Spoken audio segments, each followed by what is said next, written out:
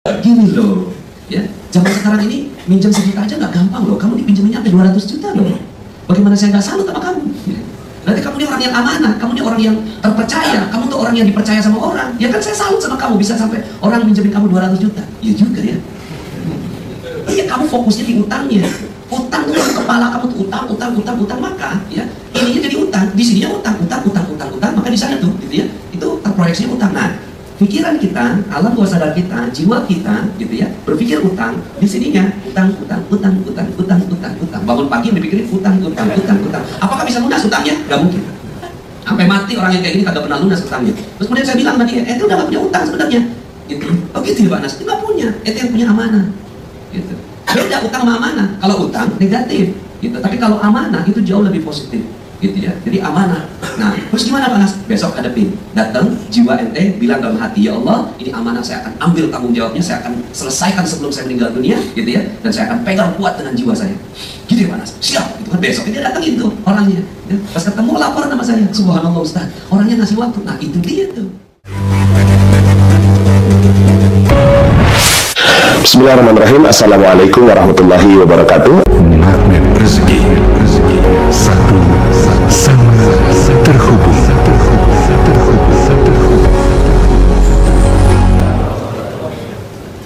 Bismillahirrahmanirrahim. Uhayyikum bitahiyatil Islam. Assalamualaikum warahmatullahi wabarakatuh. Alhamdulillah, thumma alhamdulillah, wassalatu wassalamu ala rasulillah, amma ba'd. Alhamdulillah, senang sekali bisa bertemu di majelis yang mulia ini. Kayaknya memang musolanya kekecilan ya ini ya. Artinya mudah-mudahan ya ghirah untuk sama-sama menunaikan ibadah ini bertambah meningkat di perusahaan ini, sehingga akhirnya Allah Subhanahu wa taala berikan rezeki berlimpah. Amin ya rabbal alamin. Salawat dan salam semoga tercurah dan terlimpah kepada junjungan kita Nabi besar Muhammad sallallahu alaihi wasallam beserta para keluarga, para sahabat dan para pengikutnya hingga yaumil akhir. Yang kami hormati DKM dari Mushola Petros ini Al-Hijrah ya, Al-Hijrah. Semoga Allah Subhanahu wa taala rahmati semua pengurusnya. Yang kami hormati para dewan direksi, pengurus, juga para stakeholder dari PT Petrosi. Semoga Allah Subhanahu wa taala lapangkan rezekinya insyaallah. Alhamdulillah, di kesempatan siang hari ini saya diminta untuk sharing tentang rahasia magnet rezeki. Mohon izin, sebenarnya saya nggak niat jualan buku ya. Jadi niatnya sharing. Ini saya bersama dengan sahabat saya Mas Iko Santosa. Kita buat satu buku judulnya Magnet Rezeki. Lalu kemudian saya lanjutkan dengan buku kedua, Rahasia Magnet Rezeki. Alhamdulillah sampai sekarang member di Telegram 91.700 orang ya, kurang lebih. Ini adalah member Telegram terbanyak di Indonesia. Dan di sini dibagikan ilmu-ilmu tentang rahasia magnet rezeki secara free, secara gratis ya. Jadi kalau gratisnya di audio magnet rezeki kurang lebihnya sudah ada, kurang kalau mau didengarkan 27 jam ya. Jadi sekarang ini hanya preview saja, hanya pendahuluan saja. Kalau mau lanjutkan silakan lanjutkan, diinstal di aplikasi Telegram, kemudian di search rahasia magnet rezeki. Masya Allah, minimal semuanya setelah baca buku itu atau setelah mendengarkan audio itu penghasilannya 5 miliar per bulan. Amin ya. Yakin nggak? Ya. Nah, saya melatar belakang saya ketika menulis buku ini karena saya salah satunya adalah karena sebagai seorang developer. Ini kita sempat diliput oleh Metro TV dan disebut sebagai Indonesia First Islamic Property Developer di tahun 2008. Pada saat itu saya pakai ilmu magnet rezeki. Magnet rezeki itu apa? Magnet rezeki adalah kita duduk diam, rezekinya datang. Kan ada orang yang itu rezeki kita kejar, gitu kan? Pas dikejar malah lari, gitu ya. Kemudian ada di sana lagi proyek di mana dikejar malah lari. Tapi ada orang yang dia duduk diam aja, rezekinya datang. Ini namanya magnet rezeki. Mau nggak jadi magnet rezeki? Mau? Jadi duduk diam, rezekinya datang, berlimpah ruah datang. Nah, saya uji magnet rezeki ini pada kehidupan saya. Waktu itu saya bilang gini, enak ya kalau seandainya diliput oleh media gitu kan, tapi saya nggak kenal medianya apa, kemudian wartawannya siapa, Terus kemudian akhirnya datang itu si Metro TV dan menyebut kita sebagai Indonesia First Islamic Property Developer. Sampai kemudian saya ketika nulis buku Rahasia Magnet Rezeki, saya juga pakai ilmu magnet rezeki lagi. Nah, gimana ya cara memasarkan buku ini? Ya sebelum buku itu terbit sudah diliput oleh TV One. Mungkin sedikit banyak ini liputan di Metro TV-nya. Developer Orchid Realty says its concept of an Islamic residential community promises a different experience. Ini memang satu pilihan bagi masyarakat gitu untuk membeli dan memiliki rumah. Untuk sekarang ini memang untuk menjaga kenyamanan dan konsistensi dalam hal penjualan dan konsep rumah itu sendiri, kita memang mengkhususkan kepada Muslim saja. Orchid Realty is Indonesia's first Islamic property developer. It uses Islamic teachings throughout the entire transaction process, from sales and marketing agent recruitment to the contract agreement. For example, no interest is charged and agents receive no commission. Ya, kurang lebih begitulah ya. Jadi yang penting kan ada muka saya, ada logo Metro TV-nya. Kemudian saya juga pakai dalam urusan ibadah gitu ya. Kok saya ingin sekali kalau seandainya bisa diundang ke Tanah Suci berkali-kali. Kemudian alhamdulillah tiba-tiba saya sekarang ini malah jadi pembimbing ibadah. Itu ibadah haji dan umroh, dan sekarang sudah kurang lebih 28 kali bolak-balik ke Tanah Suci. Saya harus hati-hati berbicara ini karena sebenarnya saya nggak bisa apa-apa ya. Saya nggak bisa apa-apa, tapi ada rezeki yang besar yang Allah Subhanahu wa Ta'ala berikan untuk kita semua. Kalau seandainya kita mampu mengaksesnya, maka kita akan mendapatkan apapun yang kita inginkan, gitu ya. Apapun yang kita pikirkan, kok kita pengen ini ya, gitu ya. Kok kita ingin naik gaji ya, kok ya hari ini naik, gitu kan. Betul ya? Amin. Ya. Nah, ini portofolio perumahan-perumahan yang kita bangun, perumahan-perumahan seperti ini yang kita bangun, semuanya dengan ilmu magnet rezeki. Waktu itu ada tanah 3000 meter, kemudian kita bikin 16 unit seperti ini. Kemudian perumahan berikutnya, perumahan Muslim Gria Rahmani, ada 37 unit. Kemudian perumahan berikutnya kurang lebihnya 2 hektar ini di belakang UI. Nah, waktu itu saya pakai ilmu magnet rezeki gitu. Waktu itu saya diinstalkan Google Earth tahun 2006. Belum banyak orang yang tahu Google Earth, tapi karena teman kita IT dia installkan Google Earth, saya main-main di aplikasi itu. Kok masih ada tanah kosong di belakang rumah kontrakan saya, ya. Kemudian saya bilang gini, Bismillah, saya kan punya ilmu magnet rezeki, insya Allah tanahnya akan datang pada saya. Benar saja beberapa hari kemudian Pak Lurah datang. Pak Nas mau beli tanah nggak? Boleh Pak. Di mana Pak? Di situ tuh. Oh, itu yang saya lihat di Google Earth. Gitu. Boleh deh Pak, saya dianterin ke pemilik tanahnya. Datanglah saya ke pemilik tanahnya. Pak Haji namanya lah kurang lebih. Pak Haji tanahnya mau dijual. Iya emang, cuma gue kagak tahu nih sertifikatnya di mana.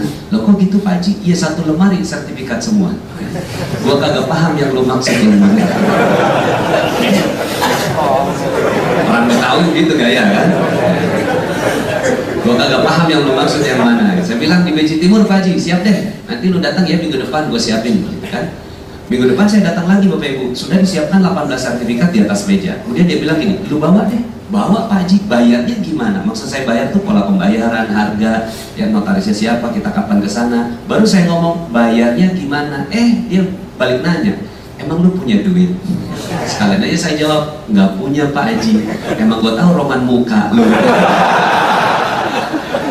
Waktu itu saya masih umur 28 tahun Bapak Ibu, masih sangat awam sekali dalam berbisnis dan dalam bernegosiasi masih kaku sekali. Tapi entah kenapa kok itu diserahkan kepada saya. Dia bilang gini, lu bawa deh semua, gue pengen tahu lu bisa bikin apa ke tanah gue. Ya, kesepakatan harganya akhirnya waktu itu 2 miliar Bapak Ibu, tanpa uang 1 sen pun saya bawa. Saya bilang subhanallah, ini ilmu magnet rezeki sampai begininya gitu. Jadi orang yang menyerahkan, biasanya orang fotokopi aja itu dicoret-coret, ini asli dikasih. Akhirnya saya gadang-gadang itu si sertifikat dan akhirnya alhamdulillah jadi perumahan seperti ini ya. Kemudian berikutnya ya udah ketagihan dengan ilmu magnet rezeki gitu kan, setiap ada keinginan gitu ya kita tinggal kedipin aja ting gitu ya. Waktu itu ada tanah kosong ya, setiap kita lewat di situ kok ada anak-anak main bola gitu ya, ya udah saya doain ya Allah mudah-mudahan insya Allah tanah ini akan datang pada saya. setahun kemudian datang pada kita dan akhirnya terjadi perubahan seperti ini, kurang lebihnya 48 unit. Nah, ketika membangun ini belakang UI. Di belakang UI itu tanah udah nggak banyak, sehingga akhirnya saya ketika sempat jalan-jalan ke Singapura, Korea, kok apartemen itu bagus-bagus gitu ya. Nah, kemudian saya berdoa, ya Allah mudah-mudahan saya lagi nggak bangun perumahan, yang saya lagi bangun apartemen. Ini tahun 2008 saya bangun gitu kan. Tapi alhamdulillah sekarang ini kita sedang membangun apartemen seperti ini. Ya. Jadi ini kurang lebih 1.800 kamar di belakang UI. Kalau ditanya ke saya, Pak Nas, ini prosesnya gimana kok bisa dapat proyek seperti ini? Nggak ngerti. Ya. Saya nggak tahu bagaimana proses permodalannya, saya nggak ngerti bagaimana tanahnya bisa datang, gitu kan, ajaib. Prosesnya panjang kalau mau diceritain. Kemudian juga saya nggak ngerti gimana cara jualannya, tapi alhamdulillah sekarang kita sedang menjualkan proyek seperti ini, gitu ya. Dan tiba-tiba aja saya dapat sahamnya, gitu. Jadi hati-hati Bapak Ibu, kalau punya ilmu magnet rezeki, apa juga bisa ditarik, ya. Mau seperti itu Bapak Ibu? Nah akhirnya saya sayang kalau seandainya ilmu ini cuma saya yang miliki sendiri. Saya pengen sekali berbagi gitu ya, agar semua orang bisa memiliki ilmu yang sama. Ya, ini proyek-proyek saya. Nah, Bapak Ibu, ada beberapa prinsip yang kita akan sampaikan dalam waktu yang singkat ini. Yang pertama adalah prinsip perisai rezeki. Bahwa ternyata semua orang sudah memiliki rezeki berlimpah dari Allah Subhanahu wa taala sebenarnya. Gitu ya. Jadi setiap orang 5 miliar per bulan gitu ya. Amin. 5 miliar per bulan ya. Banyak orang yang pas saya bilang, kamu tuh wajarnya 5 miliar per bulan gitu kan. Apa iya? Ya, nggak yakin dia gitu kan. Kenapa kan nggak yakin ya? Karena ya ngedengarnya tuh kayak ada berdenging di kuping gitu ya. Kayak nggak pantas gitu ya. Padahal setiap orang harusnya mendapatkan rezeki berlimpah seperti itu gitu ya. Jadi ada orang yang saya bilang bahwa rezeki berlimpah, ya ada yang tanya, Pak Nas, rezeki itu kan udah ditakar, ketika kita lahir udah ditakar gitu ya, kapan hidupnya, kapan matinya, kemudian berapa dapat rezekinya gitu ya, udah ditakar semuanya gitu kan. Ya kalau memang rezeki saya segini ya mungkin segitu kali Pak Nas gitu kan. Nah, akhirnya saya balik nanya, oke, saya setuju dengan ente bahwa rezeki udah ditakar. Sekarang pertanyaan saya balik, ente udah tahu belum rezeki ente takarannya berapa? Ya kan dia bilang rezekinya udah ditakar. Ya udah, Anda setuju, ente udah tahu belum takaran rezeki ente berapa? Ya belum tahu. Nah kalau belum tahu, Anda kasih tahu. Ada dalam surat An-Nur ayat 55. Wa'adallahu alladhina amanu minkum wa 'amilus salihati la yastakhlifannahum fil ardh kama istakhlafal ladzina min qablihim. Allah telah berjanji kepada orang-orang yang beriman dan beramal saleh di antara kalian bahwa Allah akan kasihin semua dunia buat kalian. La yastakhlifannahum bukan fil jannah. Ya. Bukan nanti akan dikasih surga, enggak. Sebelum surga, ya, cirinya orang yang beriman dia pasti dapat dunia dulu. La yastakhlifannahum fil ardh. Ya, akan diberikan kejayaan, kemuliaan, keberkahan terhadap orang yang beriman, semuanya dikasih. Sebagaimana orang-orang sebelum kalian dikasih. Siapa yang udah dikasih? Ya, standarnya Nabi Sulaiman gitu kan. Nabi Sulaiman dikasih semua gitu kan. Atau standarnya Umar bin Khattab deh. Ya, Umar bin Khattab itu penghasilan per bulannya 233 miliar per bulan. Umar bin Khattab. Dalam buku Fikih Ekonomi Umar karangan Dr. Jaribah, sebuah tesis doktoral dengan predikat summa cum laude di Universitas Ummul Qura Mekah. Itu disebutkan bahwa Umar bin Khattab meninggalkan 70.000 ladang pertanian yang tiap bulannya menghasilkan 233 miliar per bulan. Ya. Nah kalau seandainya Umar bin Khattab dapat 233 miliar, masa kita 5 miliar aja kagak dapat? Halo? Ya, saya nggak janjiin 200, enggak, 5 miliar aja ya. Kalaupun kepleset ya 100 juta lah per bulan. Keplesetnya gitu ya. Amin. Ya. Nah kenapa enggak tercipta seperti itu? Karena ada perisainya. Kenapa kok kita tidak dapat seperti itu? Karena ada perisainya. Perisainya apa? Sederhana ya. Jadi rezeki Allah itu datangnya seperti air bah. Dia datang seperti air banjir, datang dari atas. Nah kalau datangnya dari atas, kita di bawah, bukan cuma kena air tapi banjir gitu ya. Bahkan kita kelelep sama ya, sama tuh rezeki. Cuma setiap rezeki datang kita pasang perisai. Setiap rezeki datang kita pasang perisai. Setiap rezeki datang kita pasang perisai, dan kita lebih cinta sama perisainya daripada sama rezekinya. Itu masalahnya. Jadi kita nggak doyan sama rezeki sebenarnya. gitu. Kita doyan sama perisainya. Perisainya apa? Perisainya adalah dosa. Jadi yang menghalangi antara kita dengan rezeki sederhana, dosa kita. Dalam Al-Quran disebutkan, A'udzubillahi minasyaitonirrajim, dalam surat Nuh ayat 10, فَقُلْتُ اسْتَغْفِرُوا رَبَّكُمْ إِنَّهُ كَانَ غَفَّارًا يُرْسِلِ السَّمَاءَ عَلَيْكُمْ مِدْرَارًا وَيُمْدِدْكُمْ بِأَمْوَالٍ وَبَنِينَ وَيَجْعَلْ لَكُمْ جَنَّاتٍ وَيَجْعَلْ لَكُمْ أَنْهَارًا مَا لَكُمْ لَا تَرْجُونَ لِلَّهِ وَقَارًا وَقَدْ خَلَقَكُمْ أَطْوَارًا. Maka minta ampun sama Allah. Jadi ketika Nabi Nuh ditanya, "Hai Nabi Nuh, kenapa kok nggak ada orang yang mau beriman sama kamu? Emang kamu dakwanya apa?" kata Allah. Ya, emang kamu dakwanya apa? Kata Nabi Nuh, "Aku dakwah ya Allah." Ya kan Nabi Nuh ini dakwah 950 tahun. Yang beriman sedikit sekali, cuma 12 pasang yang masuk ke dalam kapalnya Nabi Nuh, itu pun kebanyakannya hewan gitu ya. Kemudian ketika ditanya, "Apa yang kamu dakwahkan kepada mereka?" "Aku udah ngomong ya Allah. Ya, hai kalian umatku, ya minta ampun sama Allah, lepas perisainya, lepas perisainya." Udah itu aja dakwanya Nabi Nuh, lepas perisainya. Terus kalau udah dilepas, apa janji kamu? Ya, kata Nabi Nuh, "Yursilis sama'a 'alaikum midrar." Akan Allah turunkan hujan yang lebat gitu kepada kalian. Wa yumdidkum bi amwalin, akan ditambahkan harta. Jadi ada yang bilang bahwa Islam ini ngajarinnya masuk surga, ya. Udah deh, masuk surga nggak apa-apa, ya, melarat nggak apa-apa, yang penting masuk surga. Itu dibilang ajarannya Islam. Tidak, ajarannya Islam itu masuk surga di dunia berkuasa. Itu Islam. Ya. Jadi kalau bicara tentang Islam, ente harusnya berkuasa. Nggak mungkin ada orang Islam yang tidak berkuasa. Nggak mungkin ada orang Islam yang kagak kaya. Kalau nggak kaya, gitu kan, ada perisainya. Itu aja. Ya. Ada perisainya. Perisainya apa? Dosa dan cinta betul sama tuh dosanya, gitu ya. Cinta betul. Jadi setiap ada Allah mau kasih rezeki, dikasih dia pasang perisai. Setiap ada Allah mau kasih rezeki, dia pasang perisainya. Dan dia cinta betul sama tuh perisainya. Maka ya kata Allah kan, wa yudilkum bi amwalin wa banin, dan akan ditambahkan bukan hanya harta tapi anak-anak. Anak-anak di sini bukan hanya anak biologis, tapi anak perusahaan, anak cabang gitu. Ya. Ya dong. Ya, kemudian site-site minyak gitu ya. Kemudian pengeboran ditambah lagi sama Allah, anak-anak tuh gitu. Ya. Wa yaj'al lakum jannatin, akan Allah tambahkan kepada kalian, diberikan kepada kalian kebun-kebun. Terus kebunnya kita nggak bisa ngerawat ya Allah. Tenang aja, ya, bukan kalian yang ngerawat. Wa yaj'al lakum anhara, aku kasihin juga sungai-sungai di sekitarnya yang kalian nggak perlu ya nyiramin, aku yang nyiramin. Jadi ini passive income. Jadi konsep financial freedom, passive income itu ada di dalam surat Nuh. Oh, kamu udah janjiin gitu? Udah ya Allah, tapi nggak ada yang mau beriman. Di zamannya Nabi Nuh, ya.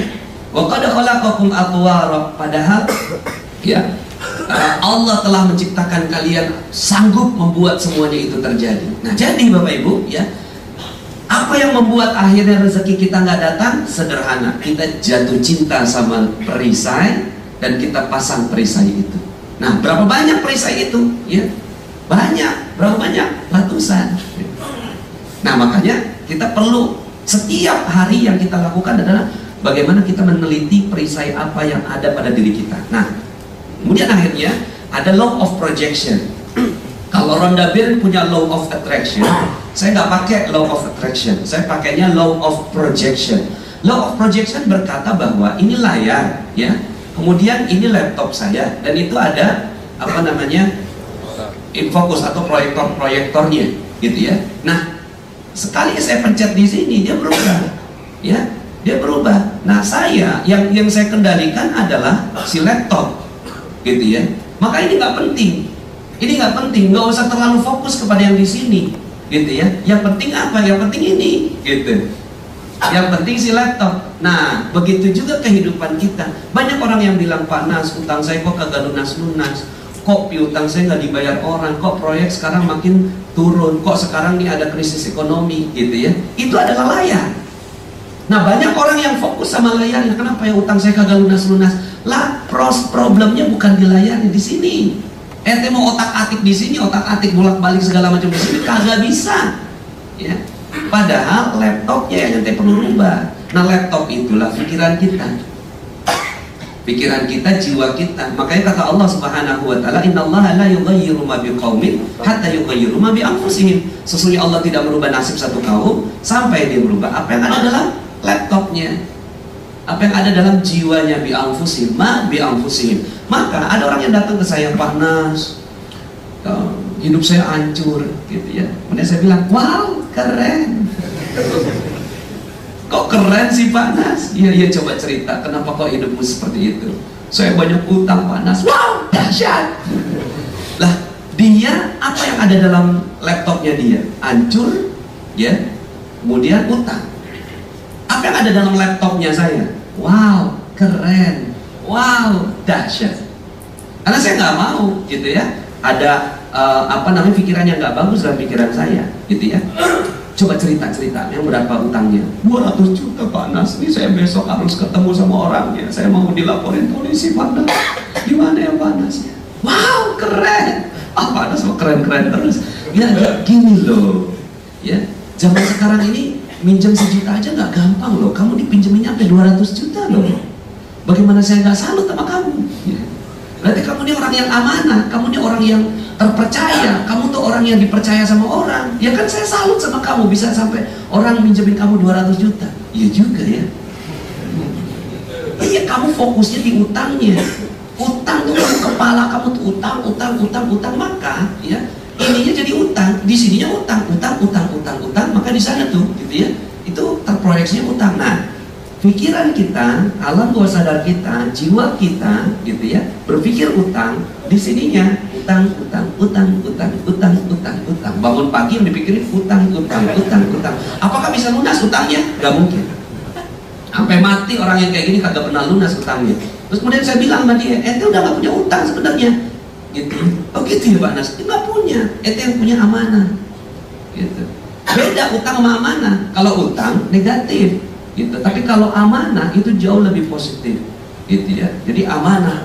Nah, terus gimana Pak Nas? Besok hadapin, datang jiwa ente bilang dalam hati, ya Allah, ini amanah, saya akan ambil tanggung jawabnya, saya akan selesaikan sebelum saya meninggal dunia, gitu ya.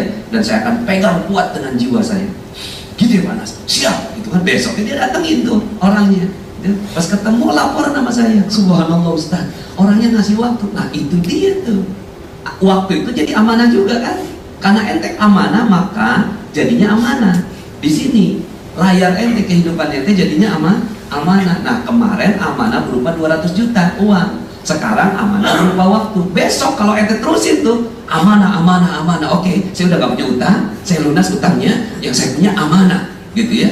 Maka bentar lagi tuh amanah berupa supplier yang datang, amanah berupa konsumen yang loyal, amanah berupa karyawan yang setia. Itu amanah. Terus aja ente nanti dapetin amanah berkali-kali. Tapi kalau utang berkali-kali. Jadi sekarang saya mau tanya di sini, masih ada yang punya utang nggak di sini? Halo? Ada yang masih punya utang nggak di sini? Nggak, saya mau tanya beneran nih, masih ada yang punya utang nggak? Udah nggak ada? Inilah ceramah paling cepat melunasi utang. Ya udah, bilang sama Allah, ya Allah amanahnya akan saya jaga sekuat jiwa saya. Udah selesai, bismillah insya Allah. Nah ini bicara tentang law of projection. Apa saja yang ada dalam pikiran kita itu semua mewujud menjadi nyata. Contohnya misalnya, ada nggak jalanan macet di Jakarta? Halo? Jalanan macet di Jakarta ada? Ada nggak jalanan macet? Oh, bukan orang Jakarta. Ada nggak jalanan macet? Ketika kita bilang ada, maka kita lagi berdoa, ya Allah macetkan hidupku, macetkan rezekiku, macetkan kebahagiaanku, macetkan jodohku. Gitu. Jadi cuma gara-gara ya macet, itu kita lagi berdoa. Maka di sininya kepalanya macet. Iya, kepalanya macet. Akhirnya bingung dia mau ngapa-ngapain. Ya semuanya akhirnya macet. Nah, kalau jalanan yang ada di Jakarta setahu saya nggak ada yang macet. Ya, yang ada penuh. Ya kan? Penuh, wah, saking banyaknya orang, saking hebatnya mereka pada bisa beli mobil, makanya jalanannya penuh. Jadi kalau ditanya, ada nggak jalan macet Jakarta? Yang ada apa? Maka kita lagi berdoa, doanya apa? Ya Allah, penuhkan rezekiku, penuhkan kebahagiaanku, penuhkan jodohku. Maksudnya jodoh itu bukan 4 nambah ya, tidak, tapi yang 1 full gitu loh ya. Nah, coba urusan apa namanya utang sama macet aja, ini aja jadi perisai kita. Selama ini ya kita cinta betul sama perisai. Ya. Makanya kalau orang-orang yang udah ikut mandat riset ini misalnya pas jalan gitu kan, wah jalanannya penuh, orang sebelahnya macet kali, penuh, macet kali. Nah orang ini lagi punya perisai, gitu. Perisainya apa? Perisainya macet, gitu. Bayangkan kalau seandainya tiap hari dia masuk ke dalam alam bawah sadar tentang macet itu, apa yang bisa dibayangkan dalam kehidupannya dia, gitu ya.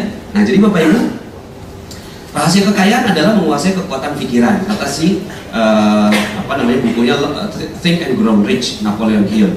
Pikiran ada yang positif dan negatif. Lebih banyak yang mana? Ya, setiap pikiran adalah doa. Jadi setiap pikiran yang muncul, ting, itu adalah doa. Gitu ya. Apapun, gitu ya. Kita mau pikir apa gitu, hutang itu doa. Ting, ya Allah, berikan kepada saya hutang yang banyak.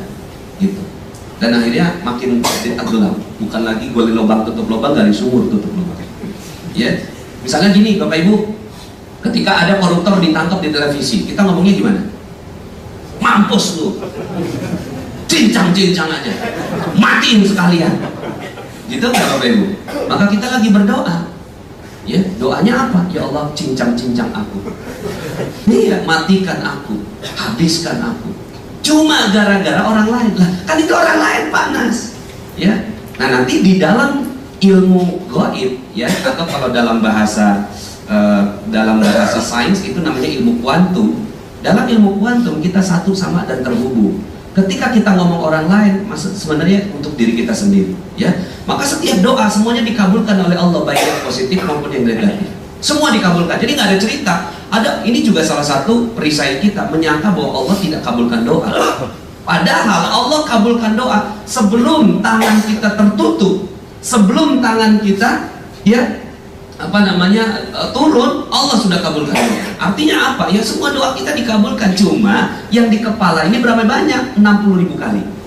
Ting ting ting ting ting, ini penelitian, ya.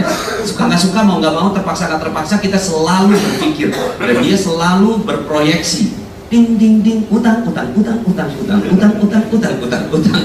Ya, maka ini yang didoakan.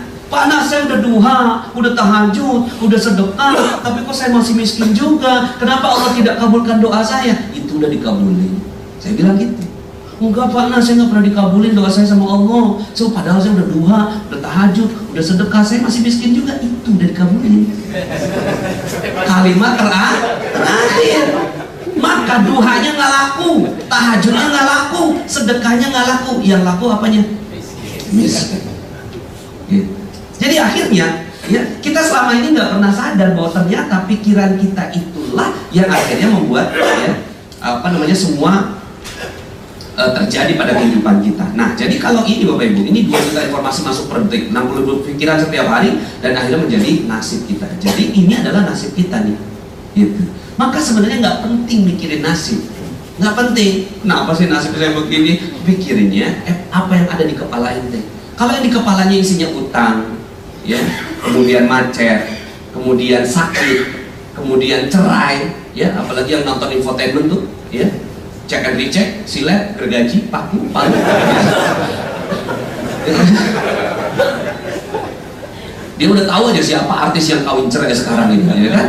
Nah, terus kemudian ketika ditanyakan, ya, makanya kenapa akhirnya di Indonesia ini terjadi bukan lagi peningkatan perceraian, tapi ledakan perceraian. Kebingungan loh semua orang, gitu ya. Mereka tidak memiliki solusinya bagaimana menghadapi perceraian di Indonesia sekarang. Kenapa? Ya isinya begitu, infotainmentnya, gitu ya. Maka itu yang menjadi nasib berikutnya, karena dia lagi mempengaruhi Bapak Ibu. Di dalam media itu ada adagium bahwa medialah yang mempengaruhi nasib seseorang. Itu memang benar.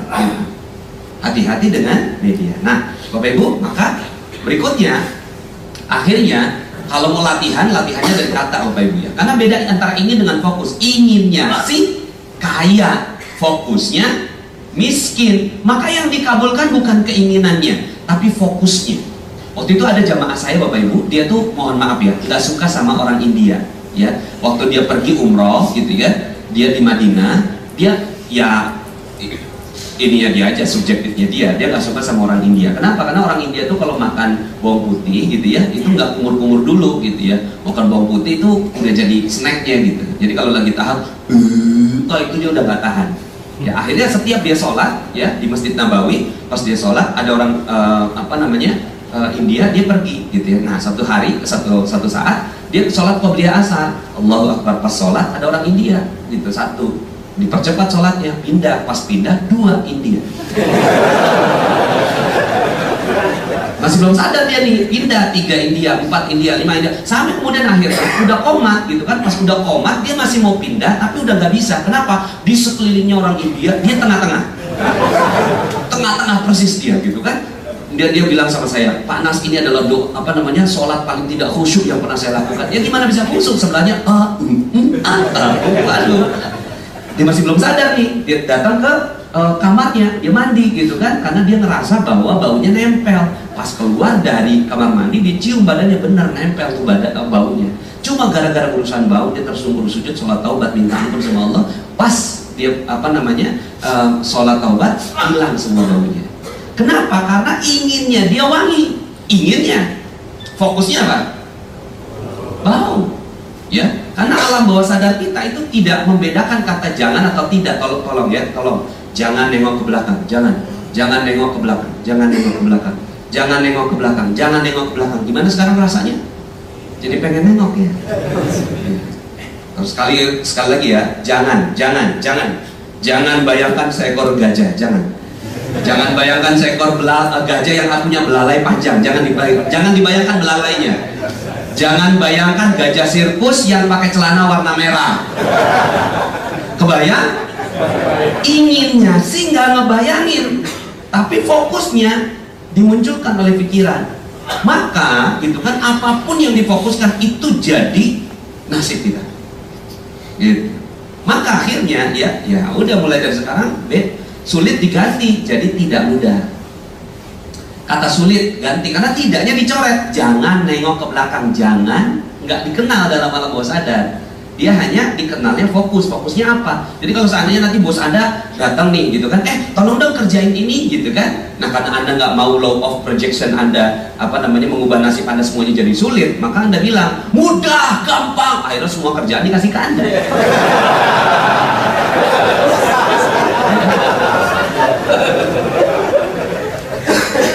Ubahnya nggak kayak gitu, tapi tidak mudah, gitu kan? Ya memang, oke bos, memang tidak mudah bos mengerjakan ini, tapi bukan sulit. Penelitian membuktikan bahwa seseorang menyebutkan kata sulit, susah, itu 30 kali sehari di dunia kerja.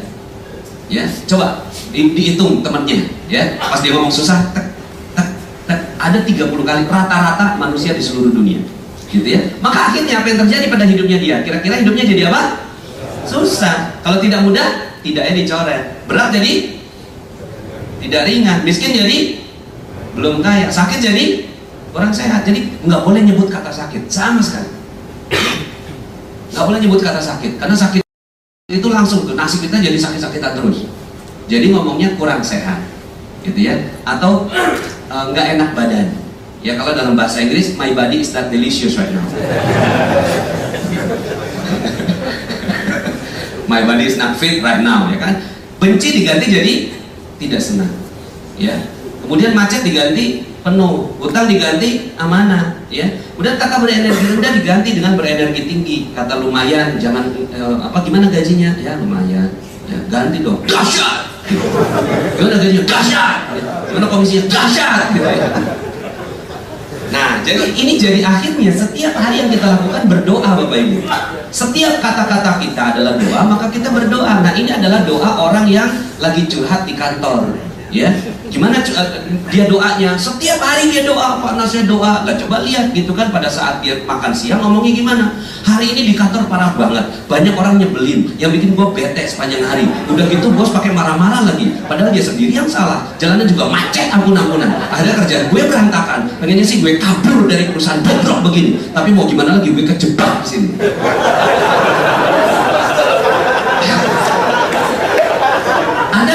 bisa perkirakan nggak nasibnya dia?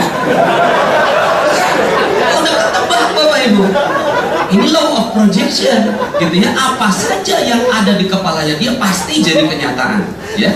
Nah, seiring berjalannya waktu, karena Anda nggak mau punya perisai, ini perisainya Bapak Ibu. Yang merah-merah ini perisainya, gitu ya. Itu perisai Anda, gitu. Jadi bayangkan kalau seandainya setiap hari Anda dan Anda cinta betul sama perisai ini, gitu ya. Anda cinta betul sama perisai ini, akhirnya yang 5 miliar nggak dapat Bapak Ibu per bulan. Nah, seiring berjalannya waktu, Anda melatih jadi kayak gini Bapak Ibu, ya. Hari ini di kantor enggak nyaman sekali untuk saya, jadi enggak nyaman, ya. Tapi doanya jadinya nyaman. Banyak orang yang tidak membuat saya nyaman sepanjang hari. Bos juga begitu, dia lagi kurang mood. Nah, marah-marah diganti kurang mood, ya. Padahal dia juga yang salah, diganti tidak tepat. Merespon laporan saya, jalanan macet, diganti penuh. Akhirnya kerjaan saya jadi berantakan, diganti nggak selesai. Inginnya sih saya cari pekerjaan lain, tapi belum dapat gantinya, belumnya dicoret. Jadi ya, lebih enak nggak Bapak Ibu? Nah, seiring berjalannya waktu, adalah orang-orang yang magnet rezeki. Magnet rezeki itu adalah orang yang ketiga, ya. Dia ngomongnya gini Bapak Ibu, faktanya sama, tapi respon mereka berbeda. Hari ini dahsyat banget, orang-orang di sekeliling aku seperti suplai energi yang luar biasa untuk kesuksesan aku. Terus juga keren deh pokoknya, tinggi suara sedikit tapi reda pas aku respon dengan positif. Jalanan penuh, jadi aku bisa kerjain beberapa pekerjaan di mobil kantor. Ini pekerjaan terbaik yang pernah aku lakukan, sambil berdoa agar Allah berikan pekerjaan yang jauh lebih baik lagi.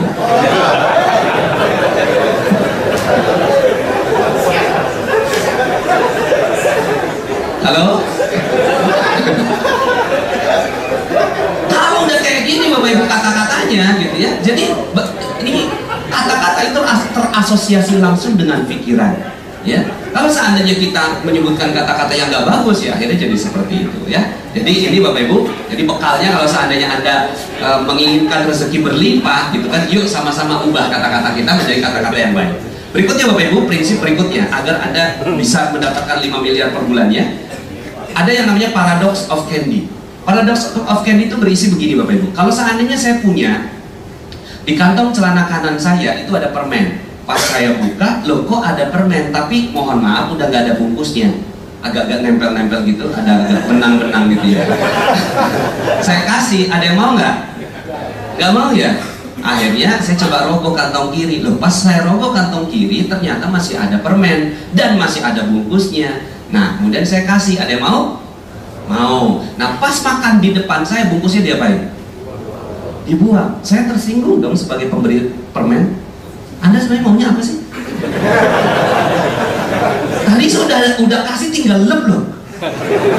Nggak perlu capek-capek ngeluarin ya, terus dibuang gitu kan. Pas saya kasih pakai bungkusnya dibuang juga. Jadi sebenarnya Anda maunya apa sih? Jadi sebenarnya kita maunya permen, tapi permen yang higienis, betul? Nah, maka permen tidak mungkin datang kecuali dengan bungkus. Begitu juga ini, sebenarnya saya nggak butuh gelasnya, saya butuh minumnya. Tapi kenapa kok panitia gitu ngasihin pakai gelasnya? Kan sebenarnya tolong minum kan gini doang. Mungkin nggak itu terjadi? Tidak mungkin. Setidak mungkin Allah ngasih rezeki. Jadi rezeki itu banyak orang nggak tahu ilmu rezeki Bapak Ibu. Rezeki itu yang datang kelihatan bungkusnya dulu. Bungkusnya itu apa? Bungkusnya kita nggak butuhkan, makanya kita buang. Bungkusnya kita nggak butuhkan, yang nggak enak-enak tuh bungkus. Ujian, musibah, masalah, tantangan, cobaan, itulah bungkusnya. Tapi sekarang pertanyaannya, berapa banyak orang yang nggak suka sama masalah? Nah, orang magnet rezeki beda. Ketika ada masalah datang, kemudian dia bilang gini, yes, bungkus permen.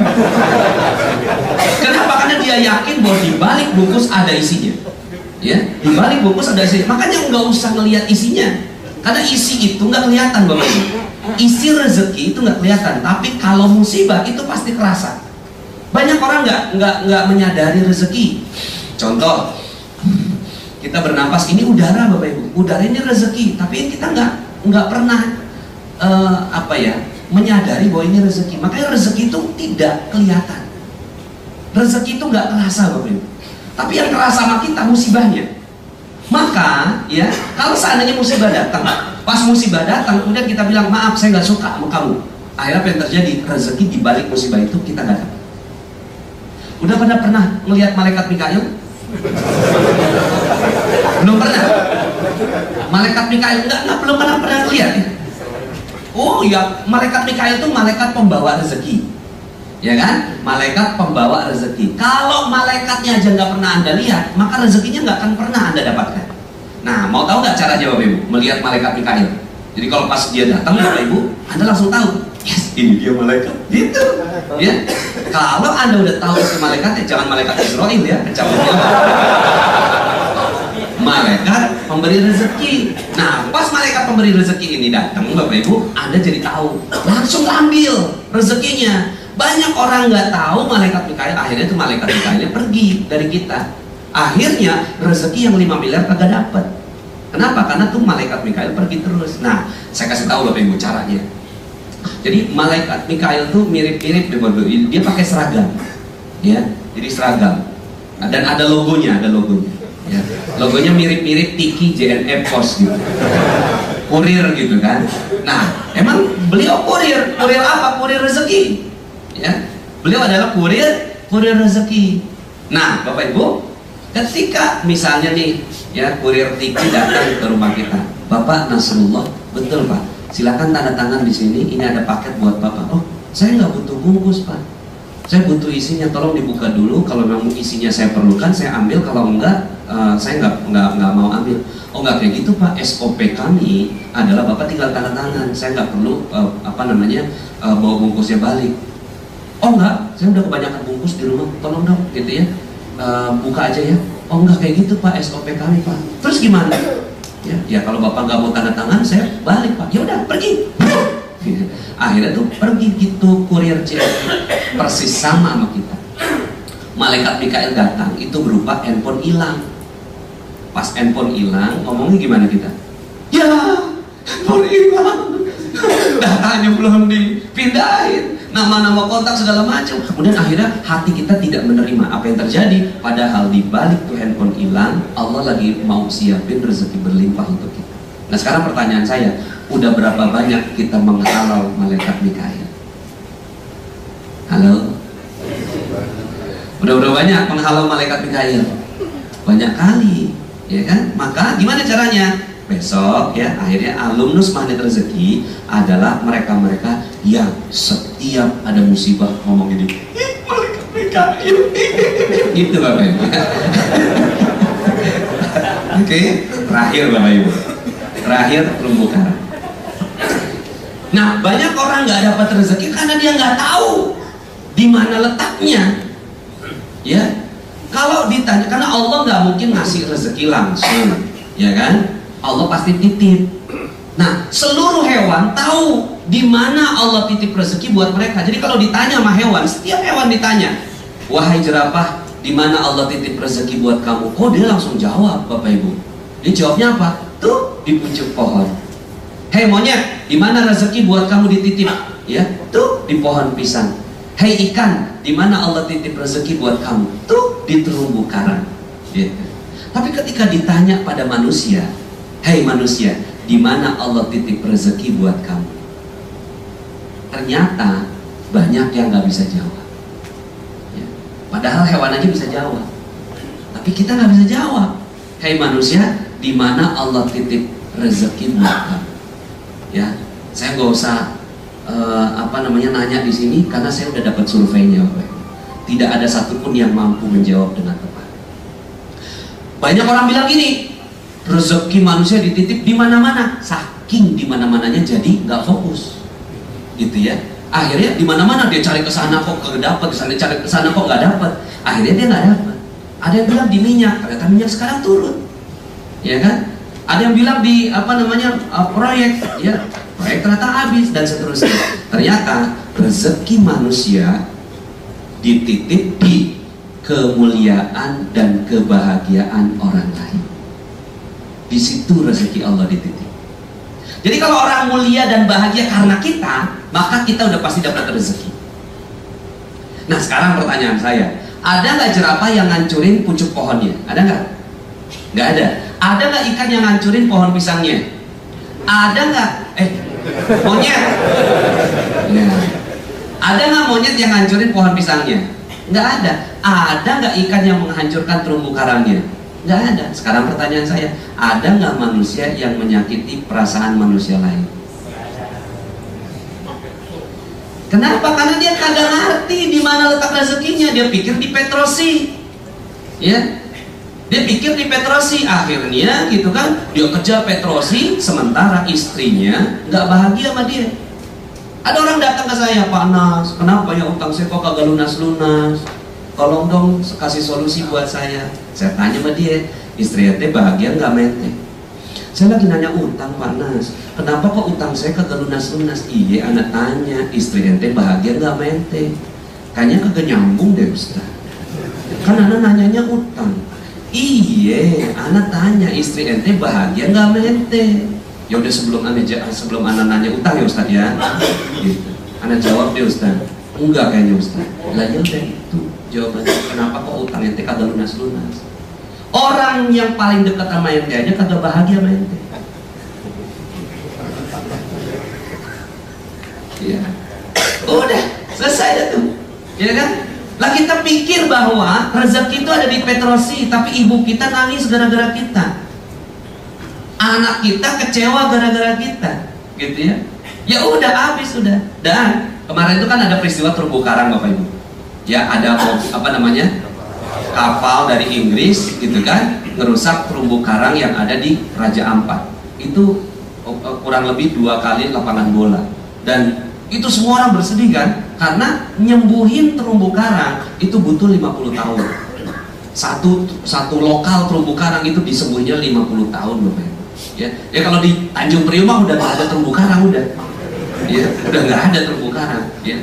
Nah Bapak Ibu, satu orang sakit gara-gara kita itu nyembuhinya lama gitu. Rezeki kita nggak mungkin datang sampai dia melegakan dirinya. Jadi yang 5 miliar kagak mungkin dapat. Nah sekarang pertanyaannya, coba ditulis berapa orang yang udah pernah sakit hati gara-gara kita. Sekarang ini kita gampang banget nyakitin orang. Apalagi sekarang dunia Facebook, aduh makin deh, abis deh. Dulu kita nyakitin orang verbal, sekarang nyakitin orang gitu kan. 5.000 orang teman kita di Facebook, lalu kemudian kita update status. Ini status gue ya, lu baca kalau tersinggung urusan lu. Terserah aja nih status gue, kita terserah aja. Masya Allah, ya berapa banyak orang yang tersinggung gara-gara kita ngelihat update status kita, gitu. Maka Bapak Ibu, ini sini nih. Ya, kalau seandainya kita mampu terus kemudian kita gimana dong? Ya udah mulai dari sekarang, ya orang-orang yang ada di sekitar kita jagain perasaannya, kita jagain perasaannya. Ya. Mentang-mentang udah jadi direktur jam 5 ya ditelepon, Tanino, lagi rapat direksi gitu. Ya ibu telepon lagi rapat direksi nih dituntut. Gitu. Tanino, ya ibu lagi rapat direksi, bentar nanti saya telepon balik. Palingan ngomongin gigi palsu. Tanino, ya ibu, gitu kan, langsung rapat. Dia pikir rezeki adanya di rapat direksi. Dia pikir nih, rezeki adanya di rapat direksi. Lah dia lagi ngomongin proyek yang besar dan dia siap untuk gitu ya ditunjuk jadi kepala proyeknya. Lah ibunya ini telepon terus. Padahal di situ tandanya tuh ujiannya, apakah rezekinya akan berlimpah ruah atau enggak. Ternyata di ujung sana ada seorang ibu yang netesin air mata. Ya Allah, anak saya nggak ngangkat telepon. Ibu cuma mau nanya di mana gigi palsu ibu. Ini jam 5, ibu belum makan siang, lapar. Yang tahu cuma anak saya itu. Ini namanya orang tua, dia lupa, nggak ingat gitu. Di mana letaknya? Masya Allah, cuma gara-gara satu tes, maka semua rezeki langsung hilang. Nah sekarang akhirnya ya, nah ini untuk pendalaman ini Bapak Ibu, silahkan gitu ya. Ada 27 jam di Magnet Rezeki. Alhamdulillah ya, itu testimoninya kalau masuk di testimoni di Magnet Rezeki, itu testimoni Bapak coba scroll sampai atas Bapak Ibu, terus gitu ya, itu banyak sekali yang mereka sudah mendapatkan keajaiban. Sederhana ternyata gitu ya, sederhana. Mereka minta apa, kadang-kadang ada orang yang nggak siap ya minta maaf ya, kadang ya nggak siap. nggak siap minta maaf. Terus gimana caranya? Bawa sholat, gitu. Bawa sholat. Misalnya nih, kita udah pernah ngecewain orang sekali aja. Ya Allah, saya pernah ngecewain dia. Mungkin gara-gara dia rezeki saya jadinya habis. Gelar sejadah. Ya Allah, saya minta, ya Allah, saya minta agar engkau menyampaikan permintaan maaf saya kepada dia. Allahu Akbar. Gitu. Kalau kita masih ego nih, nggak apa-apa juga. Bawa dalam sholat. Gitu. Setiap keingetan orang yang kita benci banget, kita bawa sholat. Gitu. Nah itu prakteknya. Nanti ada di audio semudah tersenyum. Gitu ya. Gimana caranya dan seterusnya saya jelasin di sana. Jadi Bapak Ibu, terakhir saya tutup dengan ini. Ini adalah kupu-kupu. Kupu-kupu ini adalah uang, rezeki, proyek yang kita kejar, gitu ya. Nah, banyak orang dia pergi pagi pulang sore, pergi pagi pulang malam bawa jaring, ambil kupu-kupu masukin dalam sangkar. Besoknya gitu lagi, ambil kupu-kupu masukin dalam sangkar. Besoknya begitu lagi, ambil kupu-kupu masukin dalam sangkar. Kemudian setelah terkumpul 1000 kupu-kupu di dalam sangkar, kemudian dia pengen bermain dengan satu aja kupu-kupunya. Apa perasaannya ketika dia mulai membuka sangkarnya? Apa perasaannya?